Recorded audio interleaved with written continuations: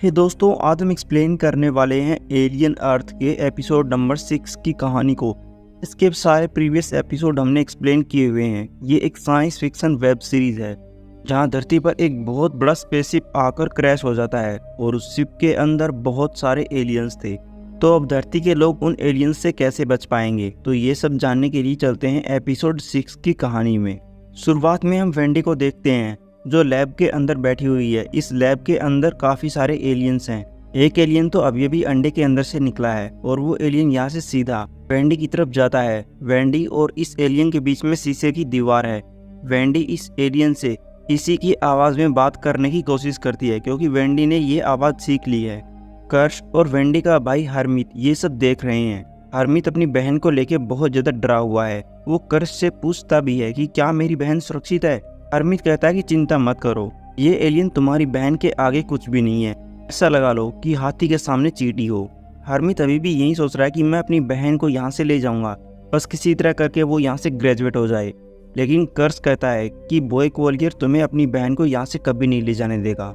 तब तक हम निब्स नाम की लड़की को देखते हैं। उसके ऊपर भी एक्सपेरिमेंट किए जा रहे हैं। दरअसल कुछ देर पहले वो ये बोल रही थी कि मैं प्रेग्नेंट हूँ, उसी वजह से उसे लैब के अंदर लाकर बेहोश कर दिया गया है। एटॉम यहीं पे है जो कि बॉय कोरियर के साथ में रहता है। वो सिल्विया और आर्थर से पूछने लग जाता है कि ये कब तक ठीक हो जाएगी।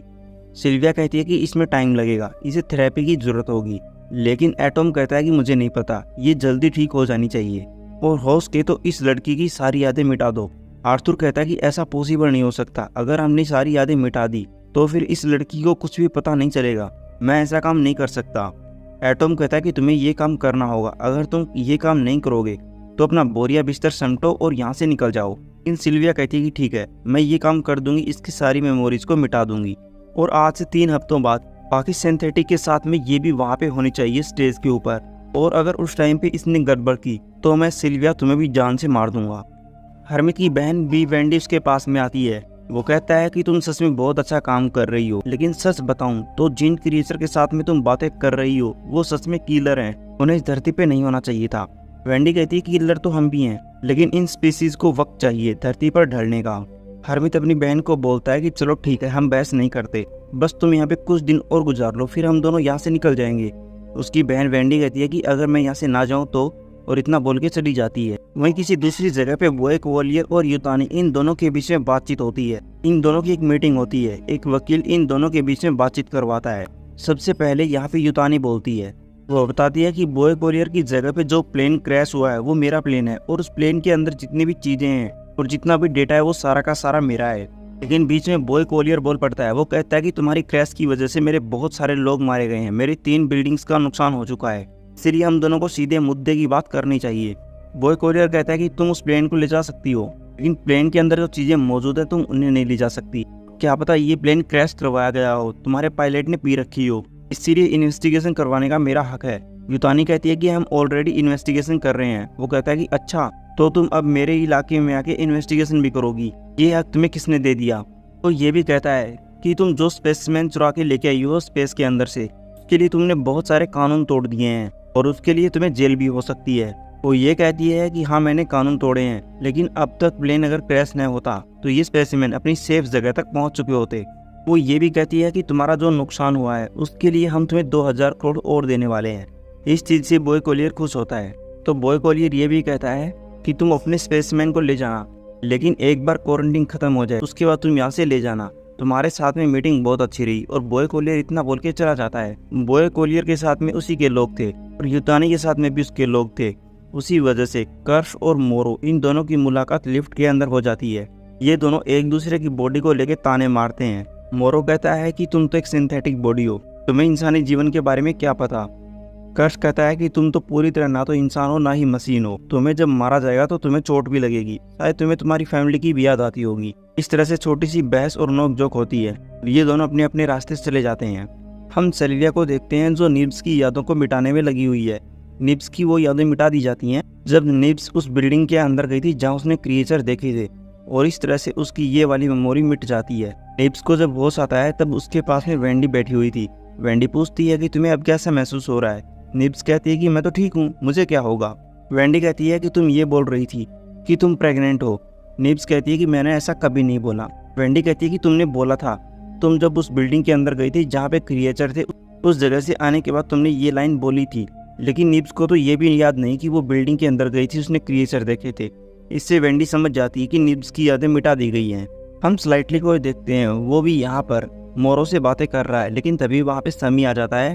स्लाइटली समी को बोलता है कि मुझे पहले काम करने दो। समी बस खेलना चाहता है क्योंकि उसके अंदर अभी भी दिमाग है छोटे बच्चे का। लेकिन स्लाइटली कहता है कि अब हम बड़े हो चुके हैं, अब हम बच्चे नहीं हैं, मुझे बस काम खत्म करने दो, उसके बाद हम दोनों खेलेंगे। तब जाके समी थोड़ा बहुत खुश होता है। हरमित को देखते हैं जो एक जगह पे पूरी बिल्डिंग का रोड मैप तैयार कर रहा है, लेकिन स्लाइटली वहाँ पे आ जाता है और स्लाइटली उसे लैब के अंदर ले जाना चाहता है जैसा कि मोरो ने कहा था। तो हरमित जाने को तैयार हो जाता है, लेकिन तभी वहाँ पे राशिडी आ जाता है जो कि सिक्योरिटी का काम करता है। वो कहता है कि एक बंदा सिक्योरिटी के लिए कम पड़ रहा है, हरमित क्या तुम मेरे साथ में चलोगे? तो हरमित इस चीज़ के लिए तैयार था, लेकिन स्लाइटली तो उसे लैब के अंदर ले जाने वाला था। इसीलिए हरमित स्लाइटली को कहता है कि मैं तुम्हारे साथ में बाद में जाऊँगा। और हरमित बंदूक लेता है और राशिडी के साथ में यहाँ से बाहर आ जाता है। बाहर साइबेरियन नाम की लड़की भी है और ये लोग यहाँ पे पहरा दे रहे हैं। साइबेरियन बताने की कोशिश करती है कि हमें नहीं पता कि यहाँ पे क्या चल रहा है, हमारी तो लगी पड़ी है, हमें बस यहाँ पे सिक्योरिटी का काम करना है, जल्दी से यहाँ का काम खत्म हो जाए फिर हम लोग यहाँ से निकल जाएंगे। साइबेरियन पूछती है कि क्या वो लड़की तुम्हारी बहन है? हरमित कहता है कि हाँ वो मेरी बहन है। हरमित ये भी पूछता है कि इस आइलैंड से निकलने का कोई रास्ता नहीं है क्या? तो राशिडी कहता है कि नहीं, यहाँ से बाहर निकलने का कोई रास्ता नहीं है, चारों तरफ बस पानी ही पानी है, केवल हम नाव या हेलीकॉप्टर की मदद से यहाँ से बाहर निकल सकते हैं। तो हरमित किसी नाव को चुराने के बारे में सोचने लग जाता है क्योंकि बचपन में उसने अपने पिता के साथ में एक नाव चुराई थी। लेकिन साइबेरियन नाम की लड़की कहती है कि ये बात सोचना भी मत, हर जगह यहाँ पे कैमरे लगे हुए हैं, क्यों बेवजह अपनी जान के दुश्मन बने हुए हो।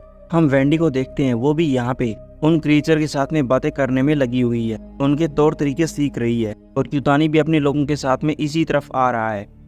इसीलिए कर्स यहाँ से टोटल्स को कॉल करता है और कहता है कि उन क्रिएचर को खाना पानी देते रहना और उनका ध्यान रखना, हम भी जल्दी पहुंच जाएंगे। तो टोटल्स अकेला ही यहाँ से उस लैब की तरफ निकल पड़ता है। टोटल्स लैब के अंदर जाते ही वहाँ पे सभी जानवरों को, क्रिएचर्स को खाना देने लग जाता है और फिर उनके दरवाजों को बंद कर देता है। लेकिन वो जैसी एक क्रिएचर का दरवाजा खुलता है, उस दरवाजे का हैंडल टूट जाता है। उससे पता चल जाता है कि मैं इस जगह से खाना नहीं दे पाऊंगा, इसीलिए वो उस क्रिएचर के मेन दरवाजे को खोल देता है और उसके अंदर खाना देने के लिए चला जाता है। लेकिन वो जैसे इस सेल के अंदर पहुंचता है, वो दरवाजा बंद हो जाता है और लॉक हो जाता है। उसे इस बारे में पता नहीं चलता। इस जगह पे 2-3 मधुमक्खियां थी जो कि क्रिएचर के रूप में थी। वो मधुमक्खियां यहाँ पे आती हैं। टोटल्स बाहर निकलने की कोशिश करता है, लेकिन अब दरवाजा बंद हो चुका है जो कि बाहर से ओपन होगा। उस वजह से वो मधुमक्खियां टोटल्स के ऊपर स्प्रे करती हैं, जिससे टोटल्स वहीं पे मारा जाता है। इससे हमें पता चल जाता है कि इन क्रिएचर का जो स्प्रे है वो कितना ज्यादा खतरनाक है। वेंडी भी यहाँ से सेल्विया के पास में जाती है और पूछती है कि आपने निब्स के साथ में क्या किया, क्योंकि उसे इस हफ्ते की कोई भी बात याद नहीं है, शायद आपने उसकी मेमोरी को मिटा दिया। सेल्विया कहती है कि हमें ये करना पड़ा क्योंकि उसकी जो मेमोरी है वो करप्ट हो गई थी, इसीलिए हमने उसकी यादों को मिटा दिया। वेंडी कहती है कि कितना अच्छा वर्ड है करप्ट, आप करप्ट का नाम लेकर पता नहीं उसके साथ में क्या कर रही हो। सेल्विया कहती है कि हम तो बस उसे दवाई दे रहे हैं, जैसा कि यार एक डॉक्टर करता है। मैं उसे ठीक करना चाहती हूँ क्योंकि हमें तुम सबकी बहुत ज़्यादा ज़रूरत है। सेल्विया ये भी कहती है कि तुम्हारे अंदर जो शक्तियाँ हैं, तुम्हारे अंदर जो ताकत है वो किसी के अंदर नहीं है, इसीलिए हमें तुम्हारी भी ज़रूरत है। वेंडी कहती है कि कर्स ने मुझसे कहा है कि इंसान कमज़ोर होते हैं, पागल होते हैं, वो जल्दी उदास हो जाते हैं। मैंने उससे ये पूछा था कि हम इंसान हैं या रोबोट हैं, तब उसने मुझसे कोई जवाब नहीं दिया, बस ये कहा कि इंसान होने का दिखावा छोड़ दो। और वेंडी सेल्विया को 2-4 भली बुरी बातें बोलती है और चली जाती है। हम आर्थर को देखते हैं जो अपने सामान को पैक कर रहा है, लेकिन तभी वहाँ पे हरमित पहुँच जाता है। हरमित पूछता है कि तुम कहाँ पे जा रहे हो। तभी हरमित को ये पता चल जाता है कि आर्थर को यहाँ से निकाल दिया गया है। आर्थर कहता है कि मेरी चिंता मत करो, मेरे पास में 6 डिग्रियाँ हैं, मुझे दूसरी जॉब मिल जाएगी। तुम बताओ तुम यहाँ पे किस काम के लिए आए थे। हरमित तब आर्थर से पूछता है कि मैं अपनी बहन के बारे में पूछने के लिए आया हूँ, क्या वो यहाँ पे सेफ है, बस मैं तुमसे बस इतना जानना चाहता हूँ। आर्थर यहाँ लगे हुए सीसीटीवी कैमरा की तरफ देखने लग जाता है और हरमित को अपने पास बुलाता है और कंप्यूटर के अंदर कहता है कि तुम्हारी बहन यहाँ पे पूरी तरह से सुरक्षित है, देखो सारे बच्चों का डेटा यहाँ पे मौजूद है।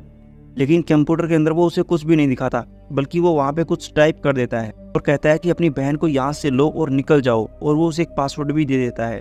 तब हरमित ये सब समझ जाता है। वो कहता है कि ठीक है, मुझे पता चल गया कि मेरी बहन यहाँ पे सुरक्षित है, और हरमित यहाँ से चला जाता है। लेकिन तभी आर्थर को पता चल जाता है कि एक सेल खुल चुकी है, इसीलिए आर्थर को उस लैब के अंदर जाना था।